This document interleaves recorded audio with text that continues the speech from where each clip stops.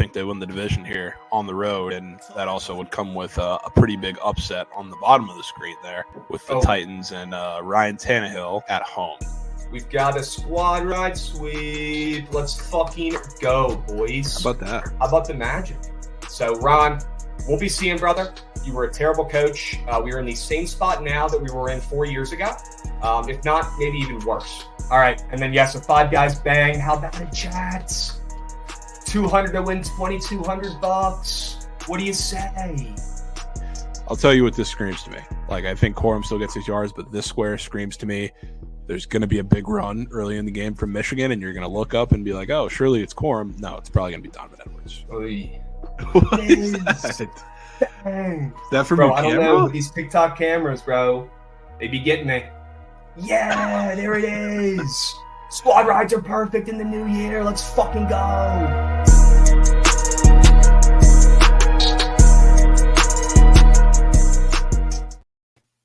What's going on, chat? Happy BTL Tuesday, episode 404 piece. As always, hold the fry, joined by your two hosts, Krabs and Javon, presented by Pickett Sports. If you guys aren't tracking your bets on Pickett, what are you doing? You live under a rock? Are you a caveman? Grow up, start tracking your action on Pickett Sports, the best bet tracking app out there by far.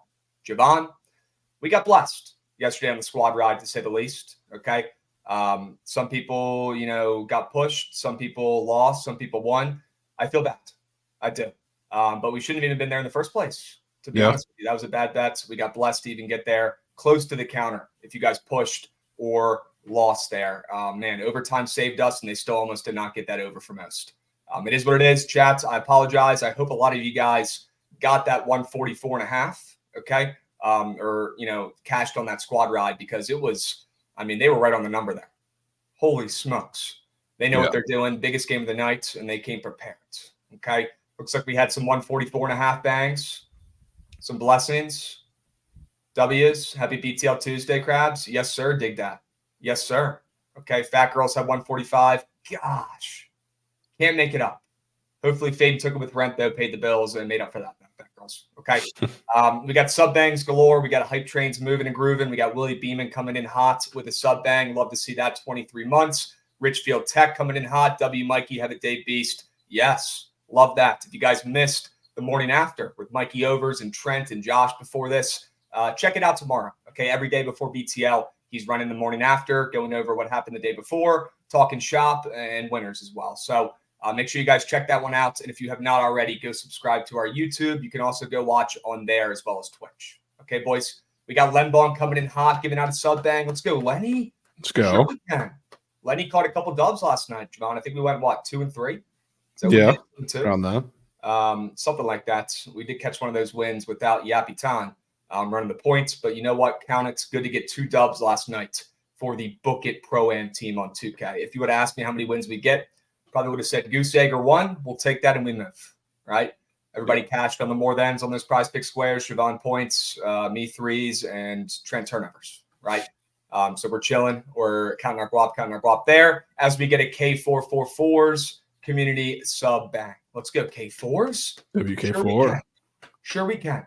Love to see it. Such a brutal hook on the under. Well, that's why I don't fade the squad ride. Don't feel bad about that. But we move. All right. Javon, let's go ahead and recap the Sharp report from yesterday. Going to go ahead and do it old school. We don't have Daniel today, our graphics goat. But we'll go ahead and hand grade these puppies, Javon. The Pelicans, did they come through for you last night? They did. I think I had Pelicans, Isles, 2 and 3. Shout out Claxton for getting ejected before you cash. Sure. Can't make it up. Yeah. Literally can't make it up. Unbelievable. I don't know when he got ejected, but I remember sweating that on the sweats last night thinking, you've got to be kidding me. You couldn't finish the job. Yeah. Insane. We got a hype train rolling, boys. JD Wright coming in hot, giving out 50 units. There's no way. 50? There's no way. 50 Berg. 50 geyser? We have a 50 Berg. Are you kidding me? Wow, he's tapped. A 50 piece? A 50 U Johnson is crazy. A 50 U whale? I've never seen that before in my entire life, Javon. Are you kidding me? That's crazy. Dude. JD, bro. Hey, let's go! Let's go! Holy 50 whale. It's Great. He's on the UVA New Orleans moneyline parlay. He might have Definitely been. tailed that. He might have been. Did Those he are the prettiest tail QBs that? of all time. Are you kidding me? Two-teamer was sharp? Yes, it goddamn was. Where's my guy in chat? JD, where you at, bro? Holy smokes. 50 you Geyserman? Holy smokes. There he is. I've cashed 16K past couple weeks because of you guys. Oh my goodness. Are you kidding me? WJD, man. JD's picking out the winners that we're given, and he's absolutely deploying on them and cashing. This is insane. Dude, 50U Whale. We got back to Malik coming in hot, giving out a subby. We got Spades giving out a subby. Hype Train level 2. I bet. Hype Train should get a level 5 for that shit. 50-unit Whale from JD Wright. I've never seen that before in my entire life. BTL feeds families. Holy smokes, dudes.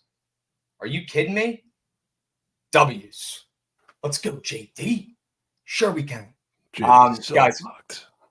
Yeah, he's so fucking locked. Holy smokes. All right, brother. Let me know what you're tailing today because I'm going to add some extra units. Whatever you're picking seems to be winning. All right, Beast. We got a big slate today. A ton of great college basketball games, Javon. I'm absolutely stoked. And we'll get Shelly on here towards the end as well to talk about some hockey with you because that slate is looking juicy as well. The first one we've had in about a week. Okay.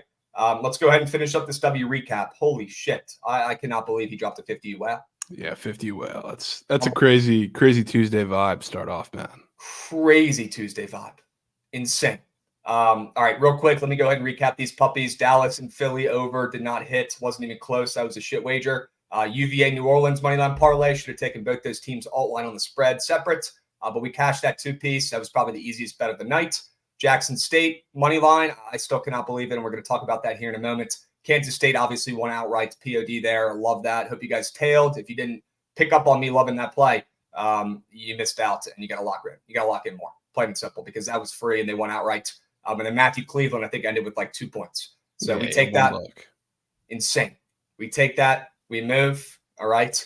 JD, I need your picks. Yeah, we do need JD's picks. Holy smokes, dudes. Insane. Furphy. Tail my next 2-piece. Sure. Furphy fades. Love it. Ron Muck's coming in, giving out a subby. Let's go, Ron. Good to see you, Beast. Let me know what you're taking today. I'm sure you got a hockey player too. We need whales, we need milk, and we need Trent fades. There's 3 things we do need, Geotech. All right. Let's go ahead and get this W recap out of the way. Javon, did you already go through the rest of your puppies here? Yeah. Okay. Dubs. We move. We groove. Let's pivot to the prize picks. I think we hit one of these puppies. We had a W reboot from Gary Trent, Javon there, and Derek Jones and Trey Young, I believe, were the ones that cashed, or was it the other one that cashed? Derek Jones, I don't think did anything after like the first 2 minutes of the game. Yep. So that one ended up not hitting. Juice bang. Oh my goodness. Juice Wayne with a 5U whale. Let's go, wow. Juice. We're banging. Let's go, Juice. Bang. Let's go. Come on. Let's go, Juice. Getting the vibes up on this Tuesday. Somebody's looking for some winners. Good thing we got them for today. If we can't find winners on today's slates, we're no good. We have to. There's so many good fucking games in NHL and in college basketball. So Derek Jones was cake. Trey Young actually hooked under, so it was good to see that less than 25.5 points cash. Great call there, Javon. And then we'll go ahead and move on. Gary Trent got rebooted. W there. The B team was even worse. Okay. Alexis obviously scored. Can't make it up. That's my ex's name too. So that's a double bad beat. Jacob Podol. Unreal. God, man. Jacob Podol, obviously soaring over. That dude's turning into Shaq in the paint. Can't make it up. Cam Carter did do his job, though. So it is what it is. Cannot win them all, and we need to lock in more for these prize picks entries and give you guys a winner. Okay? We do. Dubs. Let's move. Let's groove. Let's talk about the king of the boards. All right? Let's go ahead and pivot to that. Kansas State took care of business. Obviously, want to know there. And Javon, unfortunately, gets a push on the king of the board. Is that our first ever push? Might be, yeah. Might be. All right. It is what it is. Krabs is Lafreniere. Is that how you say his last name, Javon? Yeah, Lafreniere. Literally, yeah, no, he does person. He's a good-looking dude. Like He's a good-looking dude. All right, let's move. Let's groove. Let's pivot to Steam Krabs. I got to talk about Jackson State some more. That was ridiculous. Dudes, run that shit.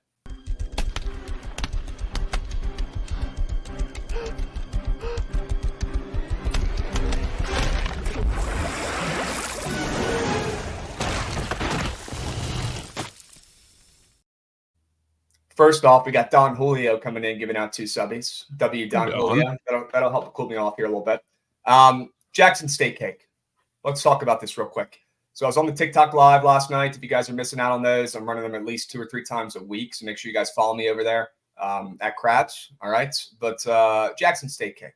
All right. So I'm in the TikTok live, Javon, and someone comes in and tells me that Southern's best player just got kicked off the team. All right. Nobody knows about this. Nobody's talking about this. With these mid-majors, we've seen this stuff happen before. Cough, cough, Jordan Minor last year for Merrimack. It happens, right? There's a lot of teams. You never know what's going to happen with some of these mid-majors, and you're not going to find out because they don't have to report it. They don't need to lock in any lineups before the game. So it is what it is. Found out this news, started to dig into it a little bit. Could not find squat from anybody except for the kid himself, who quote tweeted this, showing that he's, one of the top 25 scorers in college basketball, saying the story's not over. 3, which is his number as well. So I saw that, and immediately I knew it was cake. I texted Javon. I said, you know what? Their best player, Tyron Joseph, is out. So that's why this line is weird. That's why that line is moving. We still held Pats, right? Nothing we could do. We already gave it out. We already locked it in. We let it ride, and Jackson State ends up losing by 10. That's a bad beat. I knew as soon as I heard that it was absolute cake, because you never, ever, ever want to fade bad news. You want to buy bad news. And if anything, the play was Southern without their star. They found a way to win by 10 plus with ease. It was never really in doubt. So that was cake. And you hate to see college basketball news come out like this late after you've already locked in your action. There's no, regulations about it. You don't have to get your lineups in. You don't have to say shit. And it really does hurt the bettors at times. And you'd think with the amount of money being thrown around that these sports books or, legislation would do something about it. It sucks. They probably don't have Southern and Jackson State on the top of their mind, unfortunately. But there should be some sort of injury reporting or, guys getting kicked off the team for being scumbags reporting somewhere. Okay. It would save us some coins. Absolutely brutal. I knew this was cake from the start. Yeah. There's not much you can do about that, especially when you can't even do much when it's fucking Kansas and Tennessee. Like, we were struggling to find Kevin McCullough if he was playing like this past weekend too. So God forbid when it's Tyron Joseph for Southern. So yeah, I don't know how there hasn't been any kind of regulation for injury reports or roster news yet, but hopefully you get there soon. Let's hope, man. Probably never will. We got Chigs 6'9" coming in, resubbing for 3 months. Let's go, boys. Need an over under 23.5 PRAs in my adult hoops league tonight. Chigs, I got the over, my man. I think you cashed that PRA. I'm a ladder. Go put on a fucking show tonight, my man. Go put on a clinic, turn into LeBron out there, okay? But don't get hurt, okay? That's how you get hurt out there trying to do too much, all right? Gary Trent, sure, yep, we'll take a reboot and go about our day. It is what it is. Turns out the nasty square of the day did not smack, but did not lose. Hurt. Okay, he got hurt, so it is what it is. Who knows what he would have done? He could have had 10 free throws. Could have. He had 20. Who knows? All right, W's. Let's pivot. I want to talk about the worst thing I saw today, and then we're going to go over the BTL Sharp Report and dive into this slate because it's juicy as heck. All right, chat, listen up. All right, we're going to let Goots run the audio here. I want you guys to hear what Kadarius Toney was saying in the media pressers yesterday because it's absolutely ridiculous. Your number one receiver in this league? Yeah, if I get it. Yeah, if I get the ball, yeah. You gotta love it, man. Gotta love it. You know I had to ask, man. Last one, and then I'll let you go. What would it mean to leave this game a world champion? It mean everything to me. Kadarius Toney. And that's how he leaves it. That's how he ends it. I'm going to be honest with you, Javon. I don't think he gives a shit about them winning the ball at this point. No. I think this guy is in his own world. He's on cloud 9. I don't know. Everyone around him is probably telling him he's the greatest player of all time his entire life. And now he still thinks that's the case, even though he's, averaging 2.8 yards per catch this season. If I get the ball, yes, I'm a number one receiver. Okay, well, if I hit $1 million bet, I'm a millionaire. If I, make the Wizards and join their team because they're so bad, then I'm on the Wizards. 2 + 2 = 4. The sky's blue. No shit if you get the rock more, you're a better receiver. And the thing that drives me nuts, Javon, it's not like he's on, a team with a stacked receiving core. He's on a team who everyone's been talking about the entire season. Some of these receivers need to step up. And what better opportunity to do that when they don't have a lot of guys? They have Rashee Rice, who's been doing, his job and then some. But who else do they have? And you have Patrick Mahomes, potentially the greatest quarterback under center in the history of the NFL. and you have an opportunity to step up and be a wide receiver too, because they have no bodies at all at the receiving position. All their money's going to their QB. They can't afford it. Kadarius Toney, you could not have had a better opportunity to step up and showcase yourself being a number one receiver, but you averaged 2.8 yards per carry or yards per catch this season. All right. You haven't gotten 1,000 yards receiving in your entire career combined in 4 seasons, not a 1,000-yard season one time. He hasn't gotten 1,000 yards total since joining the NFL in 4 years, Javon. You cannot even qualify for being a number one receiver if you haven't done that. Give me a break. The guy's got 3 career touchdowns and he thinks he's Julio Jones. I don't understand it. What are we doing? It's crazy. I mean, like, I don't know, like, what the right answer would have been, because, like, the reporter definitely set him up for some answer there. Sure. But the fact that the first place he goes is to him getting the ball, like, he didn't lead the league in drops with, like, 2 targets a game for the entire first half of the season is crazy. Like, they tried to get you the ball, and you tried to get him the ball. He had every chance. chance. You're on a receiving core where, I mean, prior to Rashee Rice becoming what he is like right now, you had a rookie wide receiver, you had Justin Watson, you have literally all the chances in the world every single week to emerge as like the guy, and you couldn't catch the ball. Like, respectfully, you fucking suck. So, like, well, I don't know why we're blaming him just not being a part of the offense. Like, he didn't play himself out of that offense. He is not good at what he probably was getting paid to do. I don't know about anymore.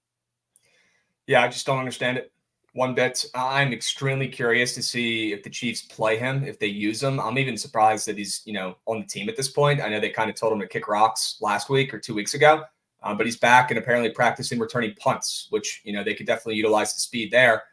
Is Kadarius Toney going to show up in the Super Bowl, right? They needed him last year. Will he show up again this season? Who knows, Javon? But, man, I'll tell you what. I'm not going to lie to you. I wouldn't mind taking some sort of cheeky Toney angle. Okay, if he's this confident, maybe he knows something we don't. Maybe they're putting him in the game plan. I don't know. He's either the biggest bozo on earth, literally, or he's about to go off and nobody's going to expect it. So we'll see what happens. I'm probably the most curious this weekend about what Kadarius Toney does out there on the field if he even gets an opportunity. Straight up. Yeah, I mean, are they going to utilize him? Be active? I don't know. He's been returning punts. He's at practice. He's with the team now. We'll see. Nobody knows, and we're not going to find out. You think Andy Reid's going to tell us? No. Come on. Crazy, man. Kadarius Toney living in his own world, thinking he's a wide receiver one. I just don't understand it. I don't get it. Let's move. All right, let's groove. We got Kavars coming in with a follow. If you guys are in here for the first time, drop a follow. We're going live all day, every day during the week, starting out with Mikey's show, into BTL, and then into Trent's stream for the Surge, okay? Stick around. All right, stay a while. We got Night Sweats later tonight as well. Drop a follow, and if you're in the YouTube, make sure you go subscribe for the boys. It is free, okay? Let's move to the BTL Sharp Report, Javon. We have a ton to go over before Chelly hops on here in about 40 minutes to go over some NHL, some puck with you, okay? Let's go ahead and get this shit started off. We don't have the graphics today. That's okay. That ain't no problem. We're going to show you guys the winners old school, all right, gents? And we can start out with St. Joe's, all right? This is my favorite play of the day today, St. Joe's. It's not even close. Them getting 2 points, them getting 1.5 points, whatever it is, against Dayton is hilarious. And this Joe's team can keep up with anybody. They are quick. I have a feeling they might make Dayton, who's slow as a snail, a little bit uncomfortable today at home, especially if that crowd could get behind them. We know St. Joe's is going to show up. The Hawk will never die. That place is about to be absolutely bonkers tonight for the biggest game of the season when St. Joe's comes in 15-7, coming off of 2 huge wins. They've won 4 of their last 5 games. They're in a pretty good stretch right now, and this is one of the better St. Joe's teams I've ever seen, okay? I'm going to keep fading this Dayton team because, look, although they're good and they're going to make the tournament probably, it's still Dayton, and we know they like to collapse like it's their job. So I'm going to fade them in this spot. The spread is hilariously short. I think St. Joe's tempo is going to drive Dayton absolutely bonkers in this game. It's 2 absolute opposites going at each other, and in that case, I almost always take the home team side, especially with the short line. So give me St. Joe's. They're going to win outright, but grab the +2 if you can because most books are at 1.5. Sure. I'm in. Another Dayton fade. What could go wrong? What could go wrong? What do you got, Javon? I'm taking Wake today. Wow. Minus 5 on the road, which is crazy to me. Not just because, like, Georgia Tech's they've one of, like, the weirder resumes. I saw a tweet talking about that, I think, a couple days ago. Like, they beat a lot of the good teams in the ACC, and they don't keep up against the worst teams. And At home, they've been pretty decent. They've been getting a lot of line respect. Of course, they just had did something that nobody else could do at home or on the road and beat UNC in conference, which was a crazy game. But seeing Wake Forest -5 when this team has one cover on the road all season, never mind in conference play, because I think that only game was against Boston College when they were a short favorite on the road. I was shocked to see this line, especially when we've seen relatively short lines for really everybody, including North Carolina, when Georgia Tech is playing in Atlanta. So to see them up to 5 is a little shocking. I guess it does mean or make a little basketball sense too, because when I really don't feel confident about Wake Forest, it's because it's like Carlton Carrington, because they play a lot of very soft drop coverage off the pick and roll. So if you have a guy who can run the offense and is comfortable in the mid-range, like a Carlton Carrington, like an RJ Davis, you're going to dice up that team. But Georgia Tech doesn't really have that. They have a lot of spot-up shooters that really can't make their own play off the ball, which is why they struggle with offense sometimes. So the fact they're laying 5 on the road, I think, is extremely, extremely telling. So I will be certainly going with the Deeks tonight. Okay, we got B Bowman coming in hot. That's got to be my guy, Ben, with the subby 12 months. Let's go, Ben. Sure we can. Today is such a winning day. You're goddamn right it is. If we can't hit bets today, we don't deserve to be up here. Okay, and I've got some great angles. I'm sure Javon does too, ripping through the sharp report. But wait, there's more. We're going to dive into the CBB slates. There are so many games, angles, plays, sharp lines we have to go over, guys. So stick with us. A lot of action, plenty of options today for you. And me and Javon are getting it started out with 2 nasty ones. St. Joe's +2, +2.5, whatever you can get. And then Javon is laying it with his boys, Wake, on the road to get their first cover in conference on the road this season. Second? What is it? First conference cover or second conference cover straight up. I think this would also be, I don't think they've won any of those games either. So yeah, second conference win and cover tonight. Okay. All right, Wake. Georgia Tech, fraudulent. They've covered their last 2 games, including a win against UNC, right? They slayed the Goats. They slayed the best team in the conference. Surely they'll come through and cover this game at home after back-to-back covers there, right? Yeah, I bet. All right. Let's move. Let's groove. I'm going to go to my next best bet here on the Sharp Report. And speaking of UNCs, speaking of the devil, let's go ahead and hop over to that game. And I'm going to go ahead and back Clemson once again. Look, I know what I'm signing up for. You guys know what you're signing up for if you tail this puppy, but I'm not giving up on Clemson. I'm not giving up on this team. And they are well coached and well disciplined. And they have so many veterans where I just cannot believe they're not, more closer to the top of the ACC. And I'm going to take the points here and take a stab at fading the Tar Heels pretty much every game down the stretch the rest of the season. And I'm really looking forward to backing Duke when they play them for round 2. But in this spot, with the spread opening up around 8.5, now down to 6.5, very sharp. The splits look good. Big old bets coming in on Clemson on the road here. I just don't think UNC is valued correctly here. I think everyone thinks they're a top 5 team in the country. I think they're more like a top 25 team in the country, and I think they've looked more dominant because of how bad the ACC is this season. They're beating up on crummy teams. Okay, good for them. They're doing their freaking jobs like they didn't do last year when they were the first team ever to be preseason ranked number 1 and not make the tournament. Okay, good to see UNC getting their shit together, but that doesn't mean they're going to win this game by 10+ or 8+ against Clemson today. I think Clemson keeps this one within 2 buckets. They've got plenty of guards to keep up with RJ Davis. It's going to be him versus Girard, and I'm stoked to watch this contest. Clemson, one of the sharper sides of the deck.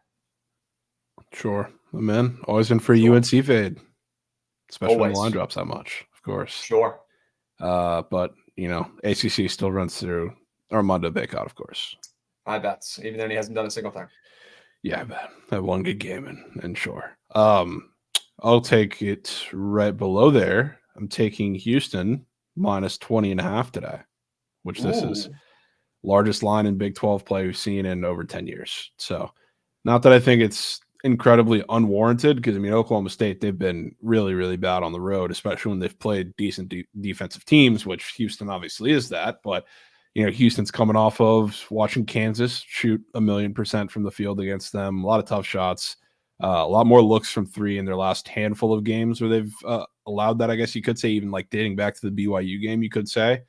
Houston's given those up, but not at home against teams that, Oklahoma's offense really doesn't scare anybody, but B, the one problem with Houston and why they've given up so many looks and a lot of teams are shooting better against them in certain spots than you think is because they're small. Like they have a lot of small guard play. Obviously, main point, Jamal Shed, one of the best on-ball defenders in all of college basketball, but he's pretty small. So anybody has like a a taller guard, they're just going to shoot over top of him, which Kevin McCullough was one who did that quite a few times in that game. Oklahoma State, they run 4 guards. It's like they have no interior paint presence, period, which is going to be a problem going against Houston. But they also have 4 guards that are not incredibly oversized. I think whoever's going to be playing the 4 at the most is going to be like 6'5", 6'6". So that's great for Houston. So I think they are going to put them in absolute jail. This reminds me a lot of the game where Oklahoma State went to Iowa State, and they were like, what, plus 13, plus 12 in that game, and it was 66-42. So I don't know how they score like 45 points in this game. I think they're going to wake up in the end of the first half and have like 15 turnovers, and Houston's just absolutely going to dominate them. And yeah, we don't know, is Bryce Thompson, going to be playing? Is he back? I have no idea. I haven't seen anything. Yeah, I haven't seen anything. I've been looking to try and make sure, but that against Houston in a bounce back spot is the rare. I will certainly buy the bad news spot or buy the good news spot against Houston's defense. I'm with you. Definitely not opposed one bit. Okay. It has to be Houston today, coming off that embarrassing loss, right? They're going to get right today. That's a hilarious spread in conference. 20.5. Crazy. Come on. I know OK State stinks. I know they're on the road, but give me a break. That's absurd. Lay with Houston. Lay with Houston. All right. Somebody asked in chat earlier, what is Clemson's Sweet 16 odds? I don't know what their Sweet 16 odds are, but I'm looking at their Final Four odds, and they're plus 2,200. I'm telling you guys, I would not be surprised. Clemson in the Sweet 16? I would not be surprised. I don't know. No, that's Final Four. Final Four. I know. I'm saying, like, I don't even think they're going to make the tournament. They probably won't. They probably won't. I think you'd probably got to worry about that first. Sure. Well, an outright win today would surely help. Definitely. Yeah. And even a cover would help. But they need wins. You're right. They're going to beat somebody. Perfect.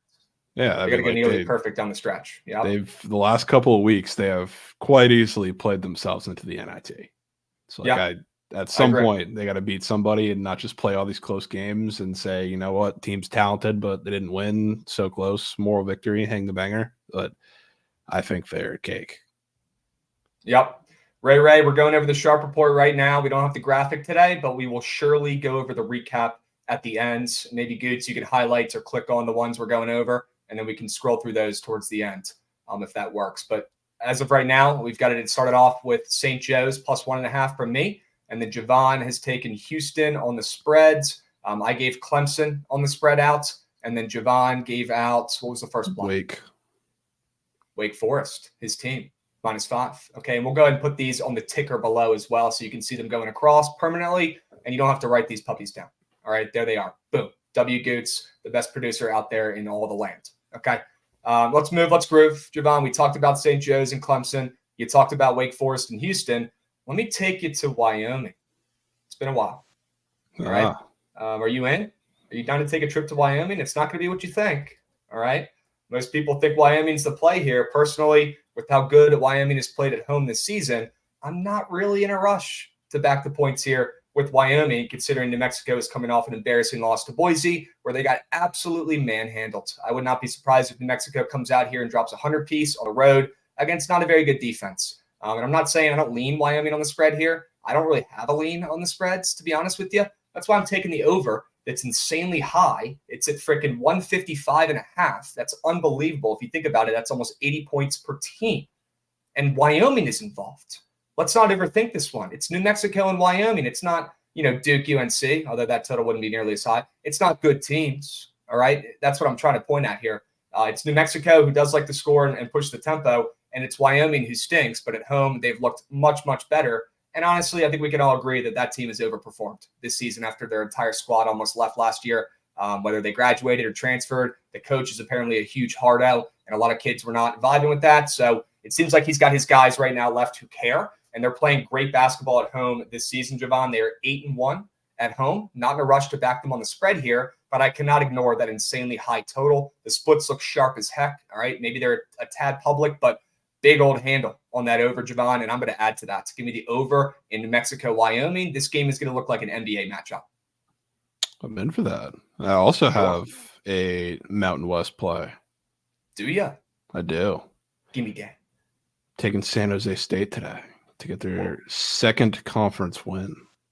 Whoa. Which that game's weird, and total is rising, but this game was randomly a shootout, which was 85-82. Fresno State won the first matchup, which I think it's pretty warranted to look at that game as kind of a sore thumb, but it's sixed out because a lot of these teams, especially San Jose State, this really looks like the outlier in terms of their offensive numbers, which, they were the Warriors in that game. They shot almost 60% from three. So usually I don't like to look back teams coming off of that performance in a game like this, but I don't think it was an accident because against Fresno State, they match up better than you would think, and it's because they can work from the inside out. Like a lot of those threes were kickouts from the paint because Tibet in the paint was actually dominating that game. So, I don't think that's an accident. I think the matchups are still there, and think that game that they frankly blew at the end, they probably should have won that game, is hanging in their minds, and they need a big conference win in this game, especially with the slate of games they have coming up now. They play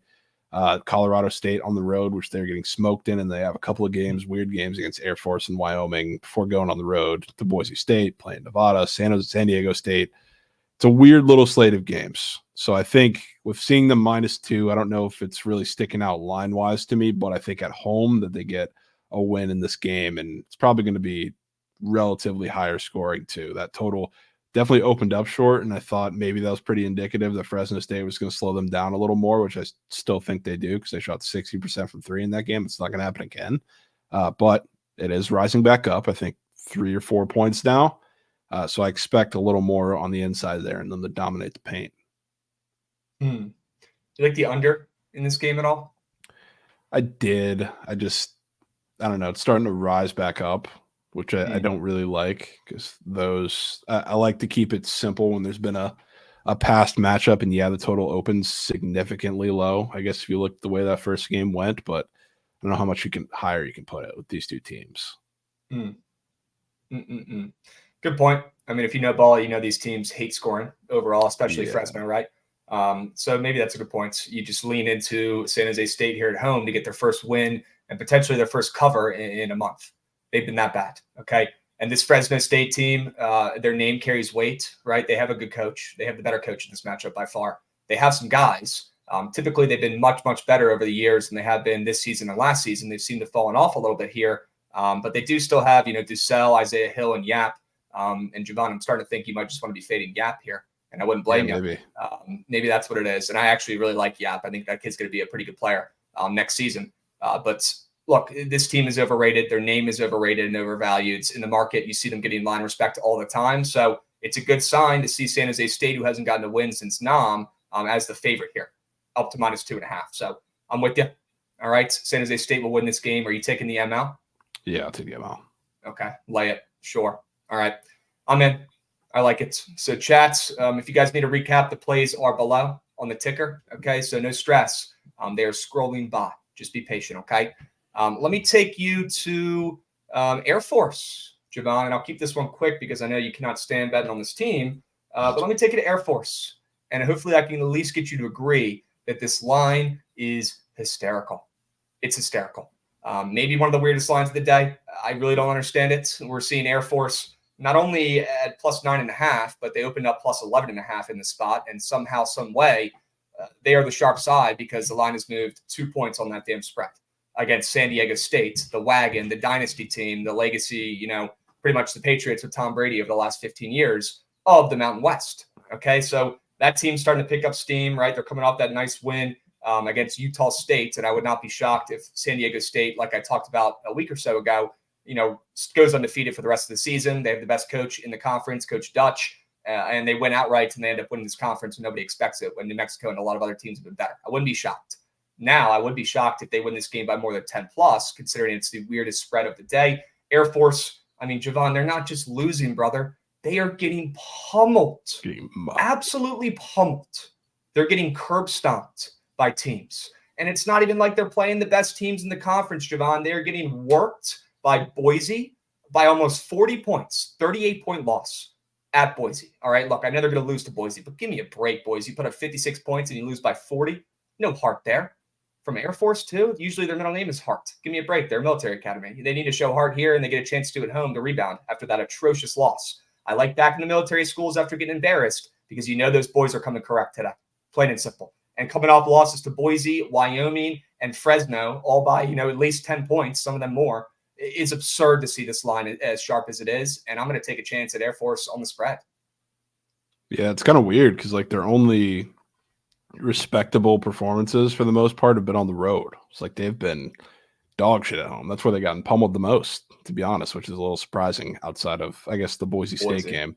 Yeah. But I mean, like looking at the rest of their season, I mean, the only games you can look and say they kept it really competitive or won the game were it was on the road, unless they're playing, shit teams in early November.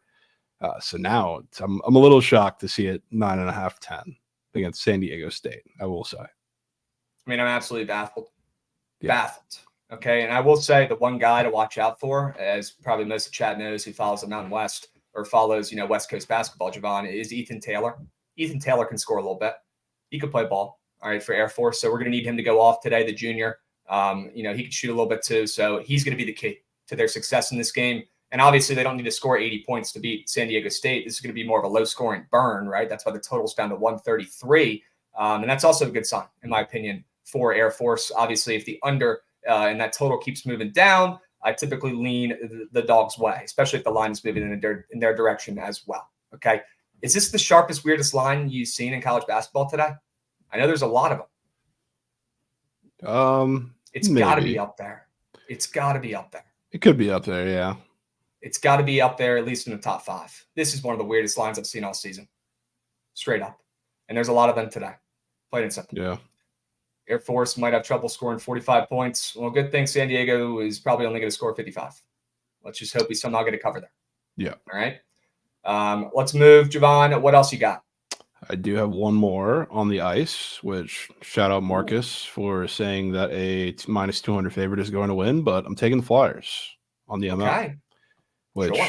I don't think there's a team that needed the All-Star break more than the Flyers, which is why I was so religiously fading them prior to that. Part of it was because Owen Tippett, who the Flyers are a very defensive team. So like when they have one guy in Owen Tippett, which other than Konechny, nobody else really provides any offense for that team. He was out for the All-Star break, really couldn't score goals. They were relying on a defense that was gassed. They're not playing enough defensemen. It's a whole scheme thing with coaching and Tortorella. They needed the All-Star break bad. That's why they're playing like shit right before it. So now they get to come back. They're a little healthier, still playing, I guess, with the same scheme, same formation. So it's a longer-term issue. But in the short term, I think they're gassed up playing this game, and especially with Stolarz and net on the other side, I would have been a little scared if it was Bob, but it's not the situation they're in. Flyers have their own goaltending issue, I guess, with Carter Hart and that whole situation, but Samuel Harrison I think is just fine. I think this is one of those weird games where coming out of the All-Star break, I talked about it yesterday, these games are very fluky. There's a lot of bounces, which those games yesterday were certainly very weird. Shout out everybody who had the Leafs and Avs in every single parlay. That went well. There's going to be Dogs winning today, and they're not the only one that I'll be going towards, but the Flyers, the team that I think is going to come out of the break, at least in the first couple of games, the first week or so, a little reinvigorated, especially with Owen Tippett back in the lineup. Taking a stab at them for the plus price today. It's a solid, I think, plus 1.5 live bet, if they go down early too. I think this is a close game, whichever way you spin it. Okay. Taking the plus chick Flyers, sitting around plus 160. I'm in. Come on. W's. I'm in after I saw that chat talking about Panthers ML. He's a good luck. Okay. Yeah, I mean, we're just going to take every minus 200 favorite's going to win. Like, I mean, come on. Come on. I wish that was the case, Javon. If it was, we'd be the richest people on earth. Okay? Yeah. I wish it was that easy.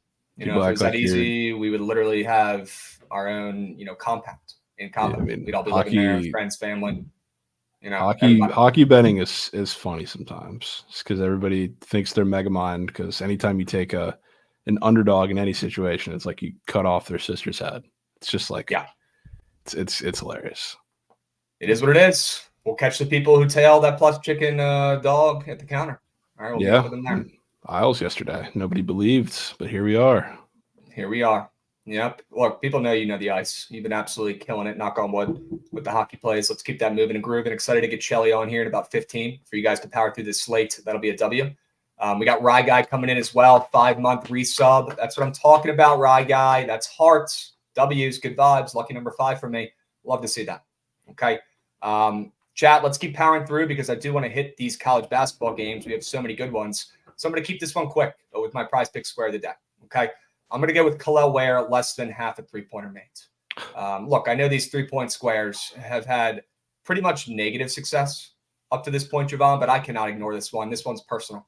Okay, Chad, if you don't want to tail it, I understand, but he ain't hitting a fucking 3. Okay. I like, I'll be honest, I really like Ohio State in this spot, and I can barely even say that out loud. I almost threw up in my mouth because of how much coins they've cost me this season, but I don't know if I'm going to be able to ignore it and stay off of Ohio State in this game. I don't like points in this game either. I think they're going to be hard to come by, and Kalel Ware has turned into Steph Curry in the last 5 games, but if you look at what he's been doing, early on in the season, he really was not banging this many threes. It's just been a recent thing. He's probably riding the hot hand. In a game with a lower total than I expected, in a game where Indiana is a much bigger public dog on the road than I expected, and we know Indiana struggles much more on the road than they do at home, I'm willing to take a stab at Kalel Ware, their center, by the way, to not bang a 3 in this contest. It's a nasty one. Against Ohio State, too. I can respect that. Against one of the worst defenses I've ever seen in my life. Yep. Yeah, I mean, they suck, but you could be in business here. Couple other things really quick. Check out Ethan Taylor's charts. Yeah, I do like Ethan Taylor's chart. I'm looking at that right now. I'm not, obsessed with it because I do think that game is probably going to go under. But, I'd be shocked if Air Force has a chance and he doesn't get 15 points. So the chart agrees with me there, right? So maybe he does go off and has a decent opportunity here to carry his team to a cover, at least. All right. And somebody else also asked, are we doing streams on Friday? Probably not, right? But we are going to film BTL exclusive pod number 2 later today, going over the Super Bowl, Javon. And we're going to release that either late Thursday night or Friday for you guys to watch with no streams while we're all traveling to Vegas. Okay. So get excited. All right. We're preparing for this and filming it later today. I'm stoked for number 2. The first pod did really well, Javon. A lot of people checked it out. So let's keep that momentum building. I think we're onto something here. I think the people like, throwing in the AirPods, taking care of some business around the house on the weekends, and listening to the winners we're providing. I really think it's going to work. So hopefully you guys are excited for that puppy. All right. Should be dropping later this week. Can we do squad ride Twitter polls on Thursday and Friday? Yes, Alex. We will make sure we do some squad rides when we're not running the show. Okay. And I think maybe we'll still run BTL on Thursday, but TBD on that. Okay. Dubs, Javon, real quick, go over your prize pick square of the day, and then we're going to talk about some CBB. Rudy Gobert, which W bump. He was at 13. Now he's in 13 and a half. Crazy number to say out loud, but he's going against the Bulls today. And the thing with the Bulls, which is also, I guess, the thing with the T-Wolves, really good defense. And the matchups are there for them. Like, you're going to kind of assume that, DeMar is going to be getting a lot of work on Jaden McDaniels. You're going to have Rudy Gobert matched up with Nikola Vucevic, which means there's going to be a lot of onus on jump shooting for the Bulls today, and they're going to have a lot of tough shots, which means who's cleaning that up? It's Rudy Gobert, and especially against Vucevic, who I can't stand Vucevic. I think he's ridiculously soft. I think he really is a 4. He's like a cat type player, except just a much worse 3-point shooter.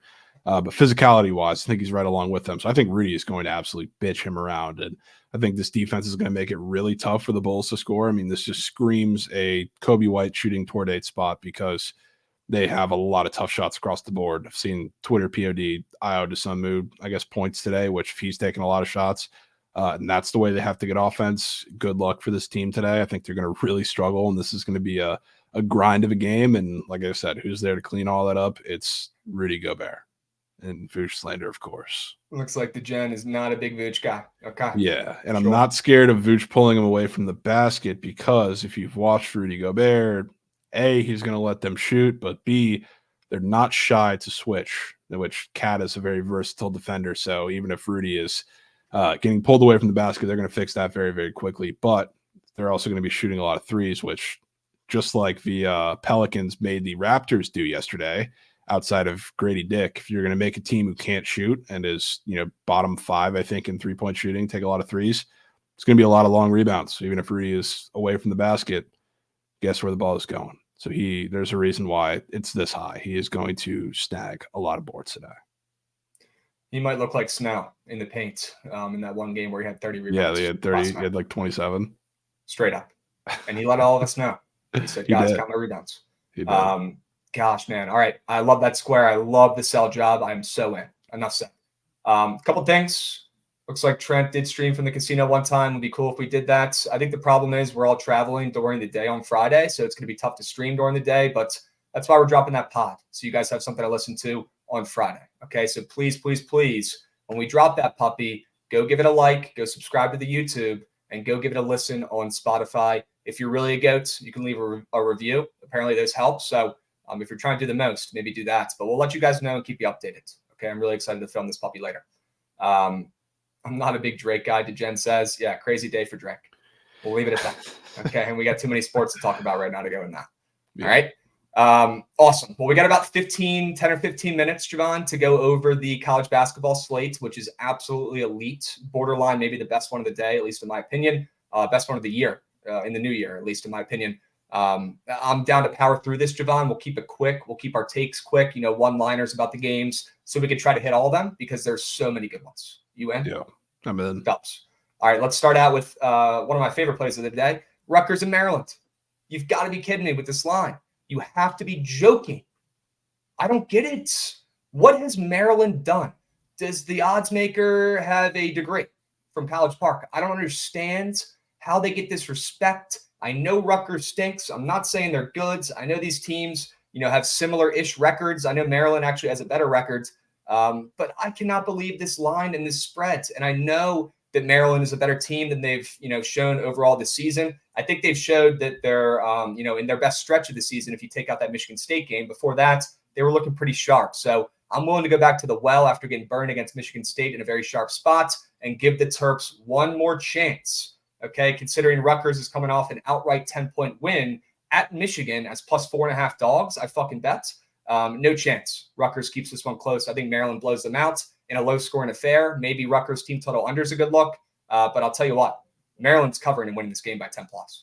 Yeah, I'm in. And this feels like UVA, Miami to me, which definitely Rutgers is not as popular as Miami. But I think that 8 is super telling, obviously with a ridiculously low total too. So, I mean, this is just like a 60-50 type game, which I wouldn't mind square under either.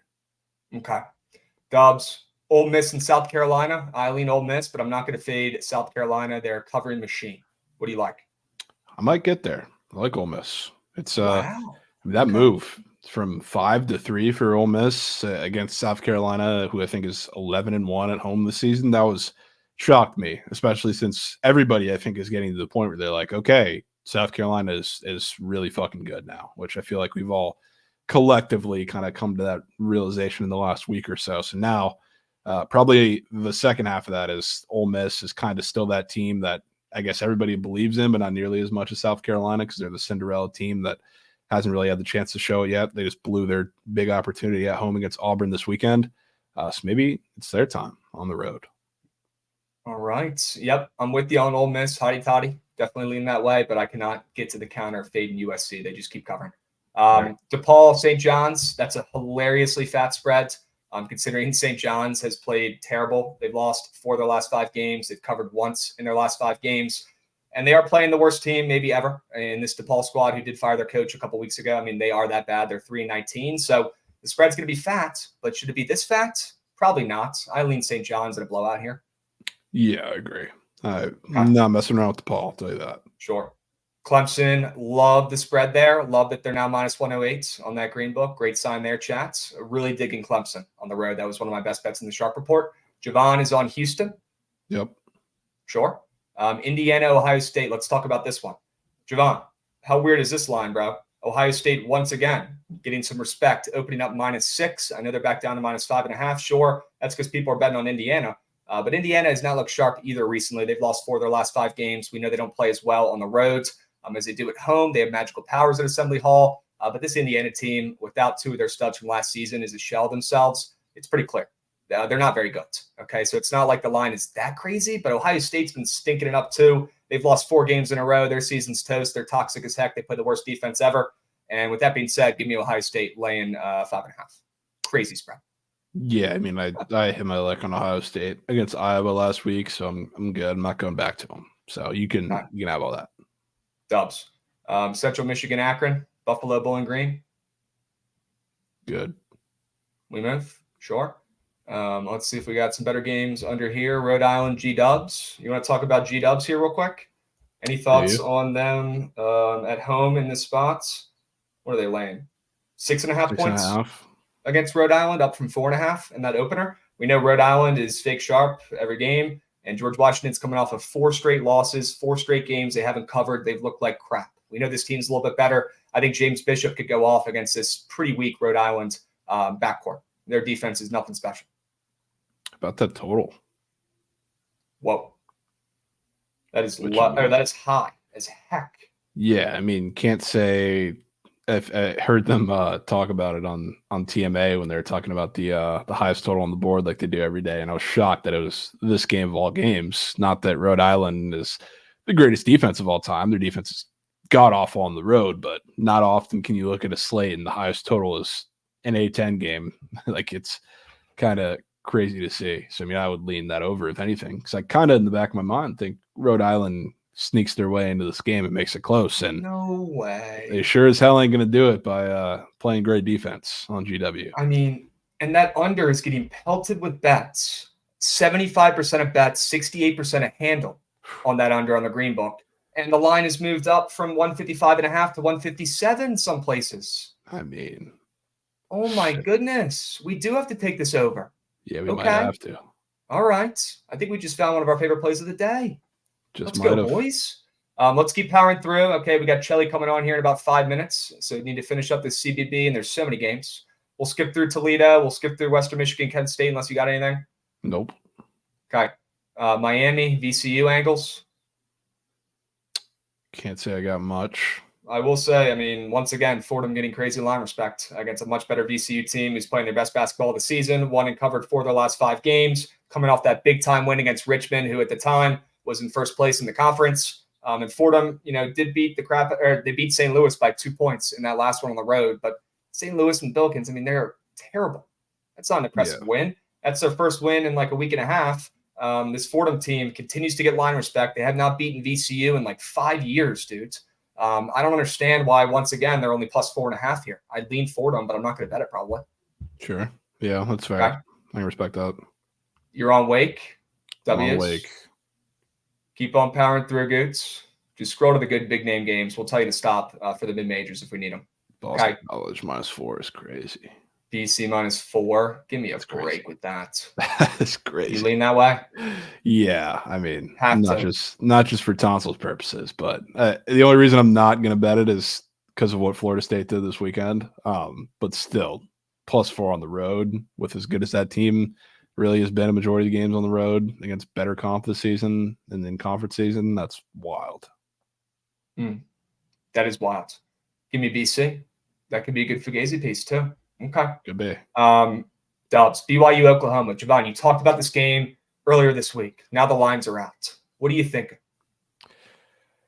Kind of torn because one of the reasons why I said that is because I was so confident that, we were going to see Oklahoma as a favorite, which now we do, but BYU opened as a favorite, which I don't like to bet against line flips, but I am shocked that this was not the lowest line we got or the opening line that we got. So the fact that BYU even opened a favorite in this game, I think is insane. It's like, same. That's what's keeping me away. Also the fact that it makes a lot of basketball sense too, I guess, for Oklahoma here, because I mean, BYU shoots a shit ton of threes, and Oklahoma's 3-point defense is one of the better ones in the Big 12. And that arena, if you've heard any of the, Big 12 teams or coaches speak about it, it's like a weird depth perception. It's like teams that shoot a lot when they go to play in that arena don't usually do too well because it's just a weird shooting environment. So it makes all the sense in the world to take Oklahoma, I guess you could say, but I'm shocked they opened as an underdog in this game. So it's going to be them and I guess these 2 games on the board, Oklahoma and Texas, unranked home favorite, which I guess in the Big 12 really doesn't mean shit because these teams are pretty even. One of them's losing today, and if I had to pick one, sure as hell ain't Texas. Okay. I agree. I still might be on Oklahoma, TBD on that. I cannot ignore them coming off a loss as a favorite, but I am sketched out by BYU opening up as a favorite on the road. So I cannot agree more. I think that game definitely gives me the EBGBs more than game number 2, Iowa State and Texas, where I definitely want to lay it with the Longhorns here at home to get a big-time win on the ML against the Cyclones. Give me Texas. I'm with you. Yeah, I agree. And if it Gotcha. wasn't, I would be all in if it wasn't like I guess a little weird spot too. Iowa State, heartbreaking loss that they really shouldn't have been in this week. And Texas, most predictable win as a dog of all time on the road. Hate that. But basketball matchup, I think it makes plenty of sense. And I don't know, this is like the all-in game for Texas before West Virginia at home. So it's not like there's no look-ahead spot looming this weekend, I guess you could say. Right. I'm with you. Hook 'em. All right. St. Joe's, favorite play of the day today, chats? On the spread, on the ML, whatever you want. Okay. They're going to take care of business in that game. I'm on the plus 2.5. All right. Kentucky Vanderbilt thoughts? I got none. Yeah, none. They usually, I mean, somebody said in chat, I think they're a fan, but they suck at Vanderbilt. So, I mean, even with DJ Wagner, I think coming back for this game, correct me if I'm wrong, chat, seeing a -10 feels a little surprising. I was probably expecting like a single digit, 8.5, maybe 9. I don't know if it's been steamed up because of that news being official or whatever it may be, but yeah, I don't know. Vanderbilt, I don't want to say they seem like the easy play, but it's been a They weird do. spot for Kentucky time and time again. So to see a 10, I was a little surprised. To be fair, nobody's betting on Vandy. Not really surprised Yeah, there, but I'm not they're one of shocked. the most low bet teams on the spread and the ML in this game. Vanderbilt's the right sides. I don't know if I'm going to get to the counter, and I've seen them not come through more often than not this season in this spot. So probably going to stay off, but definitely lean Vandy. Butler, UConn, any thoughts there? I mean, I definitely have some thoughts. Do you remember the last time we went through a similar spread situation with Butler? Then they went outright. Yeah, they put up 99 points against Creighton when they were, I don't know, it's like somewhat weirdly high or I don't know, large dogs, people were They saying, were plus 10. Yep. which I just had the feeling about that game, which I ended up getting to the counter, but I didn't do it with a lot of confidence. And what do you know? They won outright, and now they're an even fatter dog at UConn, who UConn is another one of those teams that, I mean, they were just 3.5 point dogs. That's what they closed on the road against St. John's and MSG. So they really haven't been getting much line respect. So again, when a team who doesn't get much line respect, I know they're at home and they're playing against a team who I guess is in kind of the same boat. 15 is fat for a team that just Agreed. won on the road, putting up 100 points at Creighton. So kind of think this game isn't going to be close from the start. Agreed. I'm not taking anything in this game. UConn, obviously, public still, and the splits do not look great, but I cannot ignore that fat number. So I'm with you. Okay. Chat, I really like this New Mexico and Wyoming over. I lean Nevada, but I'm definitely not going to bet that in that spot coming off that big win. Javon, any thoughts on these late night geysers? Not too much. I will say I was a little shocked to see Baylor -6. Texas Tech is like weirdly one of the teams that's been really good on the road in the Big 12. They're one of the teams that's like consistently proven it and stayed in close games. So I mean, Baylor laying 6 is interesting to me. I don't know if I'm gonna get to the counter with that, but yeah, that line definitely stuck out to me a little bit. Other than that, not too What sure. about Colorado State -5.5 against Boise, coming off some big time wins, bro? Dude, I want my coins nowhere near that game, man. Okay, that's fair.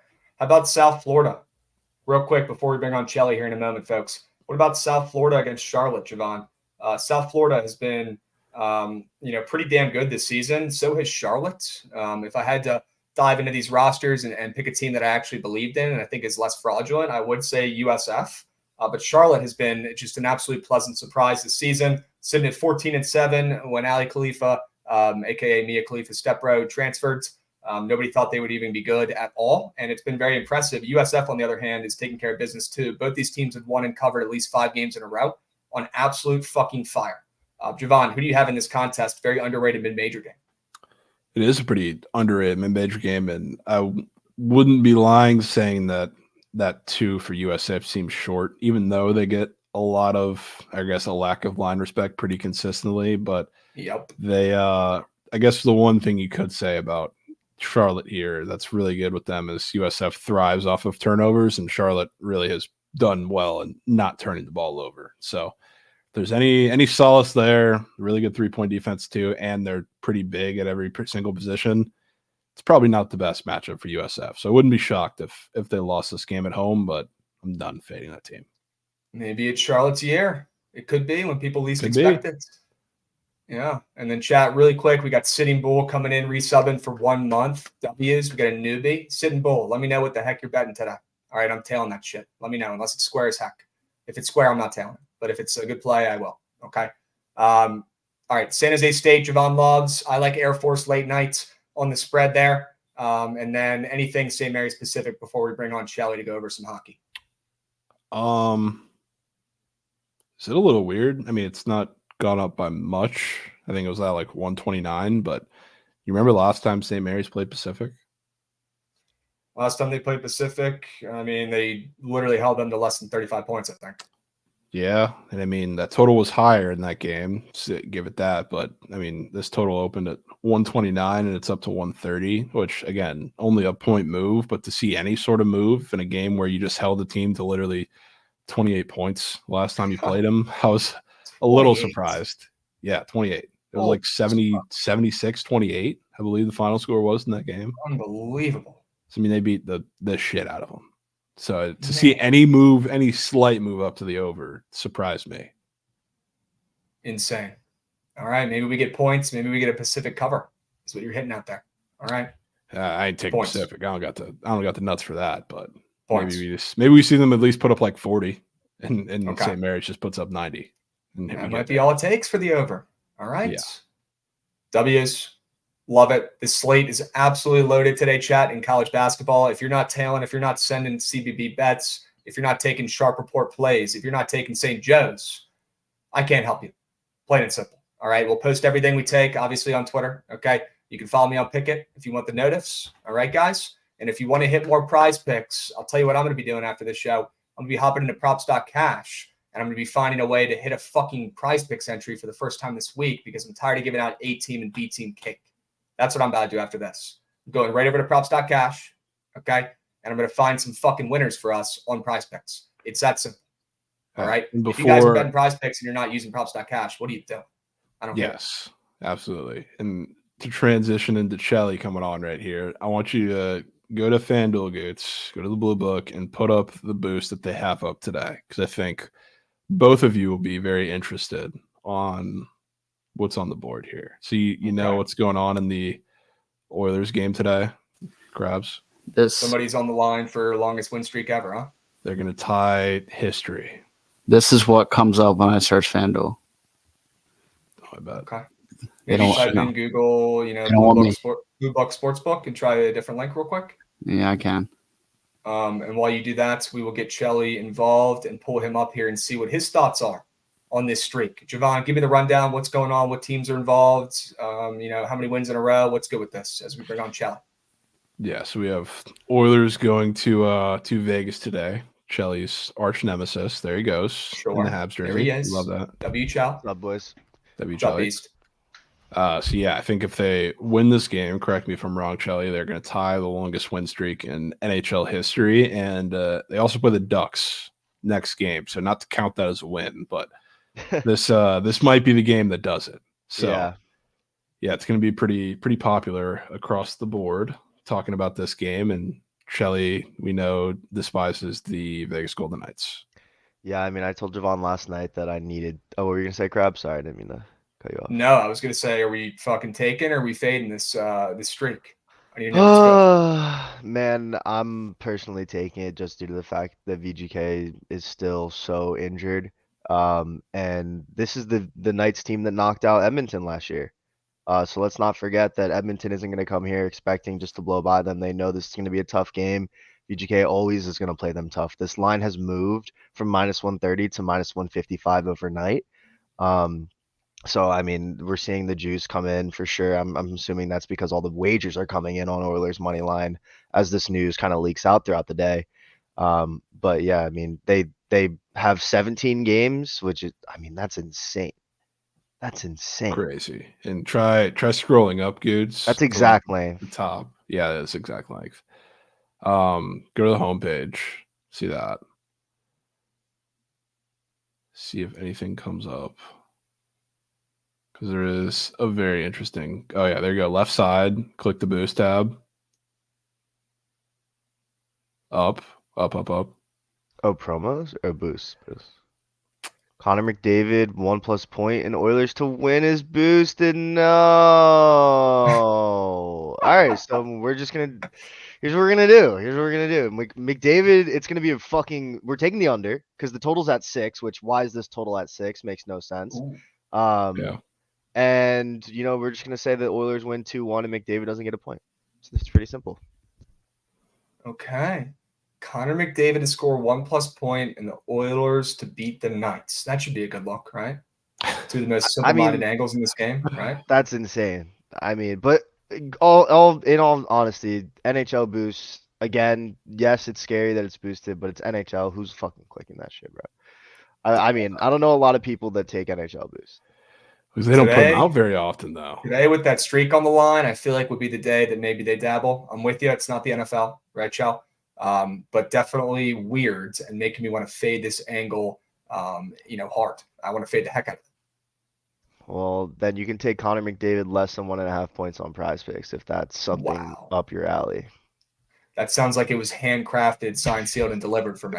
Which like I honestly don't hate at all. Like I think it's insane.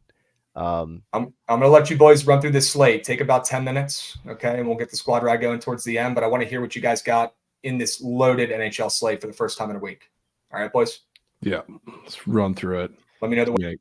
We got to. So I guess we're pretty set on. Or you're pretty set on Oilers. I am. I have to be. Just I can't be on the other side of that. I mean, they're fully healthy. They're absolutely buzzing. They know what's at stake.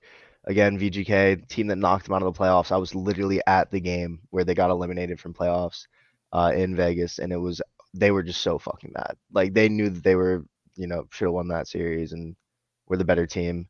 I think that there's a lot of animosity between these two teams, and they come out and with history on the line, I think they deliver. So, look at Mahoney, bro. Mahoney, shut up. Mahoney is licking his chops right now. Listening to you. It's crazy. All right, okay. But we can go through that game, but take me to whatever else is catching your eye. Sure. I guess I'll go literally right above that game. I locked it in last night. It was -110. I pick them either way for the over and the under in this Avs Devils game, but I'm going to the over here. I don't think it's that square considering the fact that the Devils haven't been able to score without some of their top offensive forces. Jack Hughes still out. So it's not super I wouldn't say it's a super square over, but also -105. The Devils are picking up a little bit of juice here against an Avs team who obviously everybody wants to bet on, especially coming off a loss.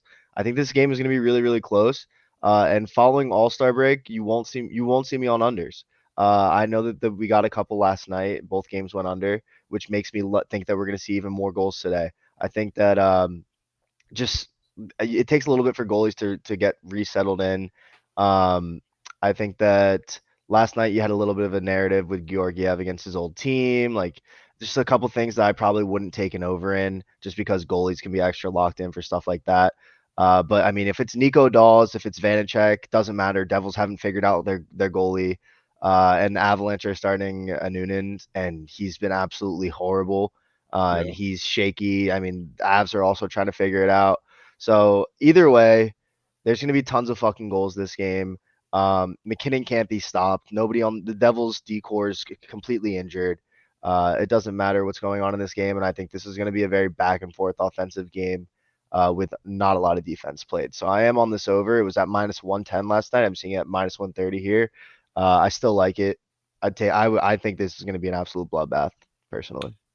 Yeah, man, I like this over too, and I'm gonna lock it in too. I will say too, my little New York, New Jersey little road game system, which I haven't needed to martingale onto the second game a lot lately because a lot of these teams have been losing on the first leg, which is nice. And shout out the Avs for doing that last night, choking that game. Second game after these teams lose have been weird, pretty much every single time. Which a lot of the time it's been high scoring, a lot of the time it's very fluke goals. Which a lot of that could just be a coincidence on the road trip, but I don't know. It seems to be the script that these games are following. And when it's the Devils involved, they thrive off of chaos. And that's the only way they score. They need a lot of odd man rushes. They need a lot of crucial turnovers that they get in their offensive zone. That's kind of how they win. And with the Noonan in net, I can guarantee you they're going to push the envelope. Not that Mhm. they don't usually, but yeah, I'm with you. I think I'm a little surprised it didn't open higher juice wise on that 6.5, and Yeah. seems like it might get there now. So I'm with it. Can we go to Pittsburgh? Yeah, we can. I'm personally not gonna have a play in this game. I definitely not. lean that over 5.5. Um, but Hellebuck just coming off, obviously the All-Star game. I am not taking any really. I'm not trying to fade anybody that was playing in the All-Star game. You saw Nathan come back yesterday. Barzal scored coming back from the All-Star game. I think a lot of these guys come back maybe a little bit like rejuiced, reinvigorated. So I'm not fading Hellebuck, but I want to hear what you have on it. Yeah, I'm not 100% putting tonsils depends this early, but the one thing that I don't know worried me yesterday, which I don't know about worried because like I took the Rangers, but a lot of people, the second I mentioned the Rangers Avs game, the first comment was, "Oh, the Avs lines are going to be juiced up because they have Parise, and that's a good weapon for them to have coming out of the All-Star break." And the difference here is kind of the same thing, which the Jets just got Sean Monahan, which I'm not going to act like he's best defender in the league or anything, but when we're talking about a team that's built on strong defensive hockey, I worry about, a team that has at least the capability to go and dominate possession and rip puck. We've seen the Pens do that from time to time. I worry about them being to penetrate a couple lines back there that really haven't had the time to build chem yet. So I'm not really sure what's going to happen in this game. I could see this being like a sneaky over game that really nobody wants to take. I'm kind of a little surprised the juice is as fat as it is on this over, with as well as at least the Jets have played defensively, leading up in the All-Star break for a majority of the games, I guess you could say. But yeah, I'm worried defensively. I think the Jets defensively are going to start to fall off a cliff. They're just going to be like a middle of the pack team in I could general. totally see that. I mean, they've been playing way above their standard, in my opinion, of how good their team actually is. They've made some really good trades in the offseason, obviously. Bringing in some guys that can actually score the goal. Kelly's just been obviously Should be out locked. out of his mind. I could see a little bit of regression, but I mean, I don't know, man, if we see it this early. If we see it this early. Yeah, I mean, who knows? Who knows? I got to say, looking at these goals against props, I mean, if there's any game that stands out to me as super weird prices, it's this game. For Yeah. a 5.5 total, you're not usually getting both goalies at 2.5 minus 140, which is Oh, that's crazy. that's a little weird, and that does not match up with what you usually see in 5.5 totals, even when they're juiced up pretty heavily like this. So, yeah, might be a sneaky over for me. Hopefully, the Pens come out and rip. Canes rumors. Yeah, I mean, bro, I feel like you're gonna love what I'm about to tell you. Piotr saves 24.5 on Ooh. Prize Picks. It's extremely, extremely low. Um, I mean, I think we get the game script that we expect here. Something that is a little weird is that almost every single player from the Canes is on the first power play is up for a point on Prize Picks. Everybody except Aho, who's up for an assist. I do think the Canes get up early in this game at home. They are a force to be reckoned with. Vancouver, obviously, trying to figure out what with losing Kuzmenko, not bringing in Elias Lindholm with that trade. I think that it is going to be a little bit of, all right, let's figure this out, guys. It's kind of a new team. We should be better now. But with them being priced at plus 130 after getting better over All-Star break, which a lot of people didn't even think that was possible for the Vancouver Canucks, it's got to be the Canes today. I 100% agree with that, but I do like that Piotr saves a lot more because the Nucks have been priced at this plus money quite often, and people do think that fading them would be sharp in that spot, and they just continuously find ways to win at plus tricky on the road. So this is, in my opinion, the safest play in this game, especially with that number hanging so low. I mean, a lot of people are going to look at last fives, but dude, they're only allowing, 15 shots to the Caps and Anaheim Ducks, and teams that don't rip. When they are winning games, they sit back and they let their defense kind of do their thing, but they do allow a lot more shots on goal. So I love this Piotr square. I'm in. So in. Take me to Buffalo. So that's an interesting game. Wow. I mean, I think that the Sabres are horrible. I think we're absolutely fucking moose shit, and I'm trying not to keep my emotion out of this. So let me just tell you this: the Dallas Stars do not lose this game today. The Buffalo Sabres are trying to figure out power plays halfway through the fucking season. We're more than halfway through the season. We don't even know who's on our power play one. We're mixing up lines. We are an absolute shambles. I mean, we had a miracle comeback against LA Kings last game. And it's just coming off All-Star break at home. I've seen this story a million times. Audie's back, just played in the All-Star game. Honestly, looked great in the All-Star game. He almost pitched a shutout. He had let in a couple late ones, which I needed for the over in that game, but we don't need to talk about that. Audie, I think, is going to be locked in today. I genuinely think that this is going to be an absolute brutal game for the Sabres, who, I mean, last time I saw the Sabres play the Stars in Dallas, the Sabres won in OT. I really, really think UPL is not the answer for this team. And I think this team is just on every side of the puck it's just almost a downgrade on every single position from the Dallas Stars. I think they go into Buffalo and get one today. Don't disagree, but you know what I see happening? I think it's a sneak. masterclass. Not a UPL masterclass. I think you get a Sabres goal within like the first 2 minutes. Really?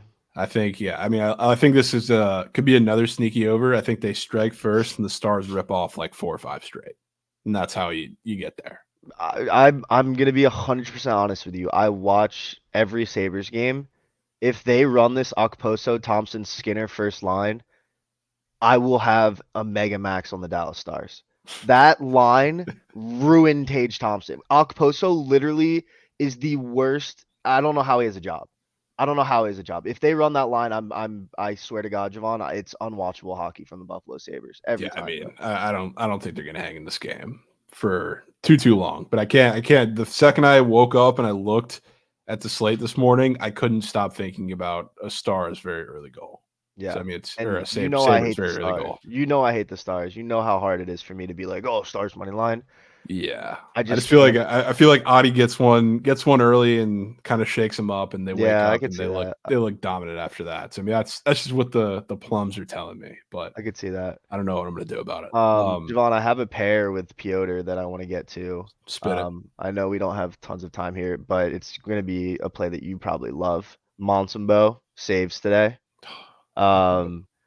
Against the Capitals, he's hanging 28.5, which is kind of That's weird. insanity. That's weird. Yeah, so the Caps might not even have Pacioretty in today. He's a game time decision. Not that he's like a crazy ripper, but I do think the Habs actually win this game today against the Caps. I'm buying the bad news here. You lost Sean Monahan, the guy who's been producing more than anybody else on the team. That opens up options for guys like Cole Caulfield to step into a role where they may have stepping back, and let kind of someone like Sean Monahan take over. I think the Habs get one early, like you think the Sabres do. I think the Habs get one early on Lindgren, who's been obviously Jesus on ice for the first half of the season. I think the Habs get to him early tonight. Montembeault locks in and proves that he actually should be the guy. It's a big deal that Montembeault's starting today. They have 3 goalies to choose from: Primeau, fucking Jake Allen, and Montembeault. Yeah. The fact that he's the first guy between the pipes after All-Star break should say everything you need to know about the confidence and trust that the Habs have in this guy, and that they moving forward they want him to be their main tendy.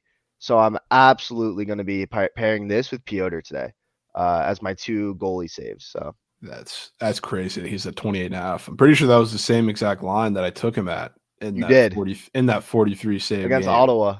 Yep. Yeah. It was against Ottawa. But yeah, that's wild. He's at the same number. All right, quickly before we get you out of here, thoughts on the Panthers game? I was watching BTL. We disagree on this one. I am worried that after All-Star break, Tort's going to have these guys absolutely fired up and buzzing for a game like this, where the Panthers are a super physical team. Flyers can match that physicality, and I think it can be a close grinder. But the Panthers, again, just so hard to fade in any spot, just because of how solid they are on every single line can score. Every single line on this Panthers team can score. You have I would say the hottest hand in hockey right now with Sam Reinhart. And Kachuk is just happy, just dishing the puck off to him on every single power play. I mean, they are scoring machines. I don't trust Erison. I think that he's kind of been thrown into the starter role, obviously, with everything going on, around, Carter Hart and all these guys. So I do really, really, really think the Panthers get this one at home today. But I heard your sell job, and I can totally see where you're coming from. So I think the +1.5 for the Flyers, could be honestly a good shout as well. So I do really think the Panthers get this win today, however. Yeah, we ain't taking +1.5s in this household, man. We're taking the +160. I'm gonna take it live though if they get on early. But yeah, W's. Is there any game you want to get to before we dip out? Yeah, I mean, I'm glad we talked about that over in the Avs game. I don't want that to be swept under the rug. Last night I locked in my Chele. Oilers were my POD at -130, and obviously I'm gonna get fucking roasted. I can't get a new graphic. Don't make fun of me. It's still Oilers at -155. But if I had to switch to a less juiced POD, it would be the over. It looks like Vanacek's expected now. I saw Nico last night. It doesn't matter who they play. Nobody can save anything in that. Also, yeah, dude, why the fuck are the Canucks +130? They got better over All-Star break, bro. They got better. No, And you're telling me they're bro. Oh yeah, Kuzmenko's up for a point today. He's scoring, bro. Honestly, Lindholm was fucking figure skating for the Flames. He was. Kuzmenko, they're going to be better with him anyway. But yeah, rip the goat. But WHLE. Let's go, Chell. Yep, and I'll drop in feeding the boys. I'll drop in a sneak Prize Picks POD square. Evander Kane is going to have 20 hits today. Just letting you know. Wow. Oh, I could be so down. That's the real narrative that I get behind in that game. Yeah, when we were at the game last year, he stays on the ice last after everybody else gets off. It's just Evander Kane, and he got booed for a solid 5 minutes in Vegas, and they just booed him the entire time. He was by himself. So yeah, that's when I can certainly get behind in that game. Yeah. Right. I mean, that's gonna be my POD. I really hope Prize Picks isn't watching right now because I'm putting a lot of money on this square. All right, Trent, gentlemen. You better log that in. Shelly, appreciate you, Beast. Let's get some W's in chat for Chell coming on dialed today. You could tell he's locked in. He's gone over all the games, and he just gave you guys some winners. So let's fucking go. Love having him on these loaded hockey slates. I know you guys have been starving for some winners on the ice, and if you didn't get some out of that, I can't help you. All right, Javon, it's about that time, brother. Goots, run that shit. I want to see that damn train.